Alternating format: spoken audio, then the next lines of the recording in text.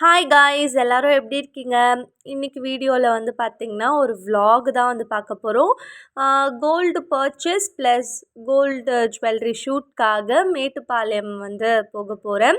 Navratna gold and டைமண்ட்ஸ்லேருந்து நம்மளை வந்து கூப்பிட்ருக்காங்க.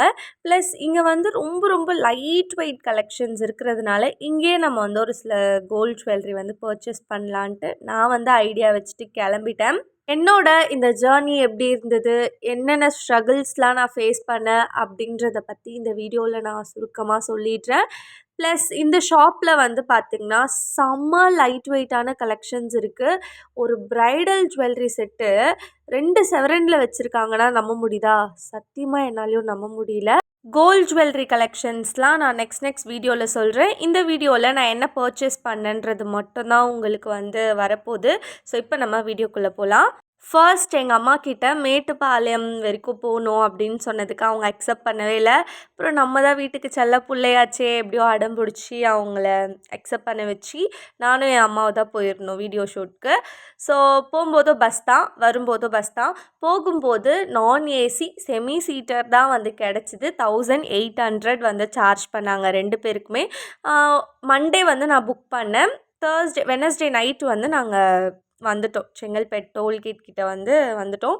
இப்போ நீங்கள் பார்த்துட்டு இருக்க கிளிப் வந்து பார்த்திங்கன்னா செங்கல்பேட்டில் நாங்கள் டின்னர் சாப்பிட்றதுக்கு முன்னாடி சும்மா இந்த 500 பஸ்ஸில் வந்து உட்காந்துட்டு கொஞ்சம் டைம் பாஸ் பண்ணிகிட்டு இருந்தேன். எங்கள் அம்மா வந்து ஸ்நாக்ஸ்லாம் வாங்க போயிருந்தாங்க. இந்த ஃப்ரூட்ஸு, அப்புறம் பஸ்ஸில் நம்மளே ஒரு தீனி பண்டாரம் நிறைய ஸ்நாக்ஸ்லாம் தேவைப்படும்ல, ஸோ அதெல்லாம் வாங்கிட்டு வரேன்னு போயிருந்தாங்க.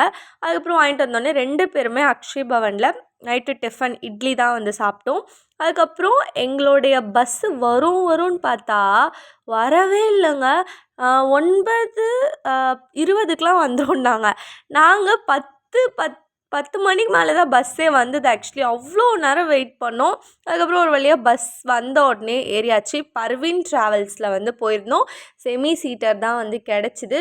செம்ம கழுத்து வலி, கை வலி, சுளுக்கு பிடிச்சிக்கிச்சு. ஏடா கூடமாக தூங்கி பெட்டுன்னு நினச்சிட்டு அந்த சீட்லேயே ரவுண்ட் அடித்தா தூக்கத்தில் அப்படி தான் கை கழுத்துலாம் சுளுக்கு பிடிச்சிக்கிட்டு அவதிப்பட வேண்டியதான்.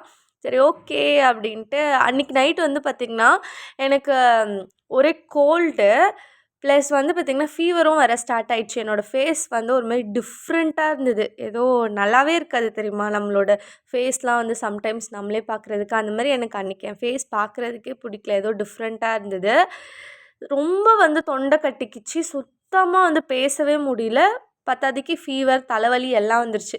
பஸ் வந்து ஒரு 3 மணி போல் நிறுத்துனாங்க. அப்போ வந்து ஒரு சுக்கு காஃபி வந்து சூடாக குடித்தேன். அதுக்கப்புறம் தான் கொஞ்சம் வந்து சரியாச்சு. அப்புறம் நாங்கள் வந்து ஹோட்டலுக்கு வந்துட்டோம்.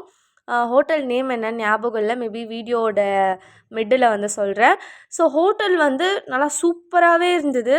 எனக்கு வந்து இந்த டைரி மூவி வேறு திடீர்னு ஞாபகம் வந்துருச்சு. டைரி மூவி யாராச்சும் பார்த்துருந்தா கமெண்ட் பண்ணுங்கள். அதில் வந்து ஹோட்டலில் ஸ்டே பண்ணிகிட்டு இருக்கும்போது இந்த கப்பிள்ஸை வந்து கொலை பண்ணிவிடுவாங்கல்ல, அந்த மாதிரி எனக்கு வேறு ஏதோ திடீர்னு தோண ஆரம்பிச்சிது. ரொம்ப வந்து பயமாக இருந்தது. பிகாஸ் நானும் என் மம்மியும் தான் 2 பேருமே லேடீஸு.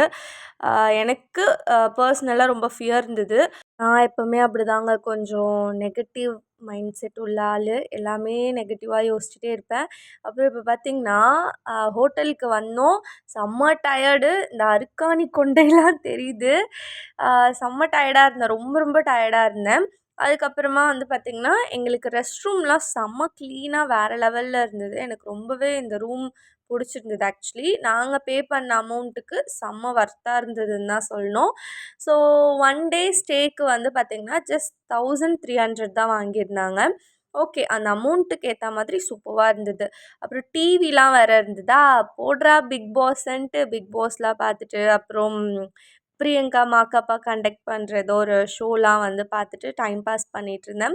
ஆக்சுவலி இந்த வீடியோவில் நான் வந்து பாத்ரூம் டூர் வந்து காட்டுறேன். செம்ம க்ளீனாக இருந்ததுன்னு தான் சொல்லணும். அதுவும் இல்லாமல் எங்களுக்கு ரொம்ப ரொம்ப சாட்டிஸ்ஃபைடாக இருந்தது. கொடுத்த அமௌண்ட்டுக்கு ஒர்த்து தான். 1300 ஒரு 1 டே வந்து ஸ்டே. ஆனால் நாங்கள் வந்து ஒரு நாள் கூட இல்லை. காலையில் போனோம், ஈவினிங் வந்து கிளம்பிட்டோம். இதில் என்ன ஒரு சோகமான விஷயம்னா, குளிக்கிறதுக்கு சுடு தண்ணி வரலன்ட்டாங்க. ஜில் தண்ணியில் எப்படி குளிக்க முடியும்? அது வேறு ரொம்ப கஷ்டமாயிடுச்சு. பட் இருந்தாலும் வீடியோ ஷூட் போகிறதுனால கண்டிப்பாக குளிச்சு தான் ஆகணுன்ட்டு ஜில் தண்ணியிலே குளிச்சாச்சு. அதுக்கப்புறம் ஒரு சில ஸ்நாக்ஸ்லாம் இருந்ததா, அந்த ஸ்நாக்ஸ்லாம் சாப்பிட்டுட்டு அப்படியே டிவிலாம் பார்த்துட்டு கொஞ்சம் அப்படியே ஒரு 10 வரைக்கும் நல்லா ரெஸ்ட் எடுத்துகிட்டு ஓட்டியாச்சு. அப்புறம் பார்த்திங்கன்னா நவரத்னா கோல்டன் டைமண்ட்ஸ் வந்துட்டோம், மேட்டுப்பாளையம்ல இருக்கிறது.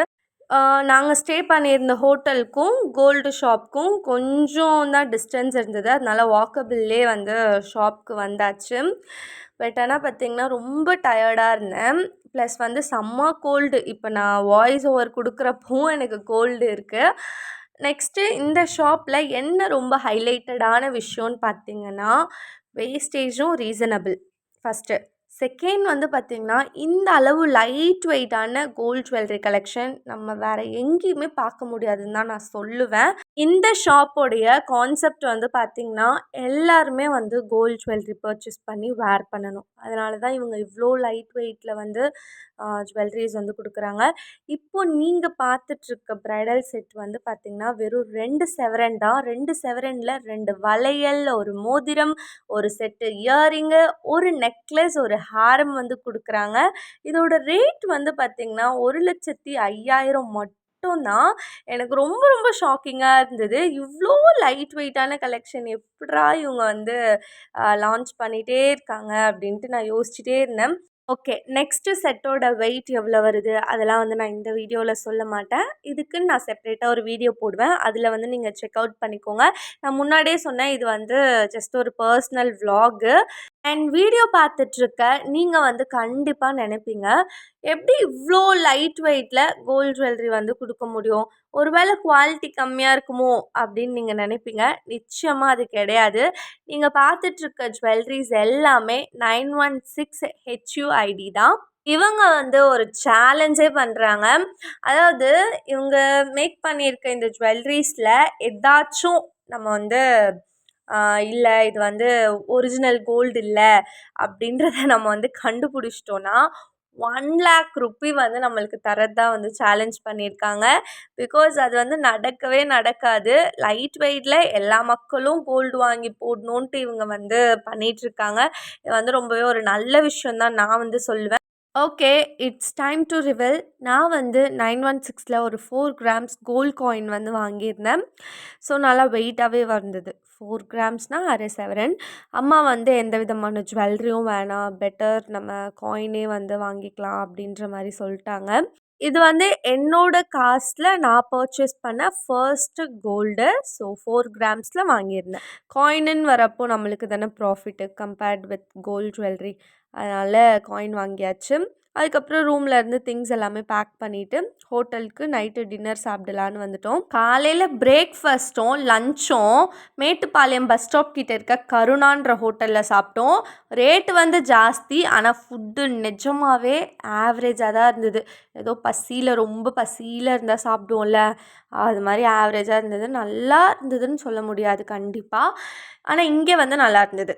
ஒரு செஷ்வான் சிக்கன் ஃப்ரைட் ரைஸ் என் அம்மாவுக்கு. நான் வந்து கம்ப்ளீட் வெஜிடேரியன்றதுனால வழக்கம் போல் பன்னீர் ஃப்ரைட் ரைஸ், அப்புறம் கோபி மஞ்சூரியன் வந்து வாங்கி சாப்பிட்டுருந்தோம். அதுக்கப்புறம் பஸ் வந்து வந்துருச்சு.